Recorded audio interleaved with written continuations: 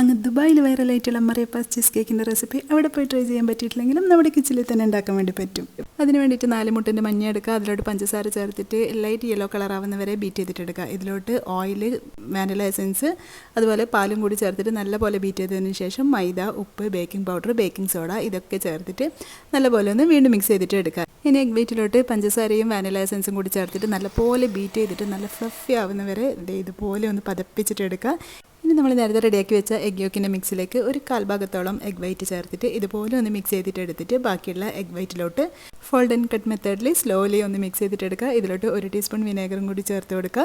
ഇനി baking ട്രേയിലോട്ട് butter paper വെച്ചിട്ട് ഓയിലും കൂടി ബ്രഷ് ചെയ്ത് കൊടുക്കുക. ഇനി നമ്മുടെ ഈ ഒരു കേക്ക് ബാറ്റർ ഒഴിച്ചിട്ട് നല്ലപോലെ ടാപ്പ് ചെയ്തിട്ട് പ്രീ ഹീറ്റ് ചെയ്ത ഓവനിൽ 160 ഡിഗ്രിയിൽ 45-50 മിനിറ്റ് ബേക്ക് ചെയ്തിട്ടെടുക്കുക.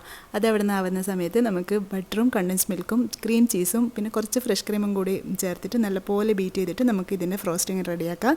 അപ്പോഴത്തേക്ക് നമ്മുടെ കേക്ക് റെഡിയാക്കി വന്നിട്ടുണ്ട്. ഇതേ കണ്ടില്ലേ, അടിപൊളിയല്ലേ? ഇതിങ്ങനെ കാണുമ്പോൾ ഭയങ്കര ഒരു സാറ്റിസ്ഫാക്ഷൻ ആണല്ലേ നമ്മൾ കേക്ക് ഉണ്ടാക്കിയിട്ട് പെർഫെക്റ്റ് ആയിട്ട് കിട്ടുമ്പോൾ.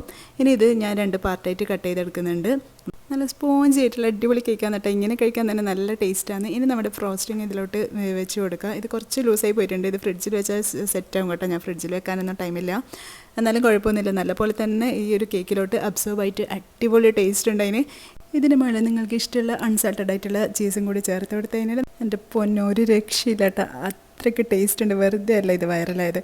അപ്പോൾ എല്ലാവരും ഒന്ന് ട്രൈ ചെയ്ത് നോക്കിക്കോ. ഇതിൻ്റെ മെഷർമെൻറ്റും കാര്യങ്ങളൊക്കെ ഞാൻ ക്യാപ്ഷനിൽ കൊടുക്കാം കേട്ടോ. അപ്പോൾ വീഡിയോ ഇഷ്ടമായാലും ലൈക്ക് ചെയ്യാനും ഫോളോ ചെയ്യാനും അതുപോലെ സബ്സ്ക്രൈബ് ചെയ്യാനൊന്നും മറക്കണ്ട. താങ്ക്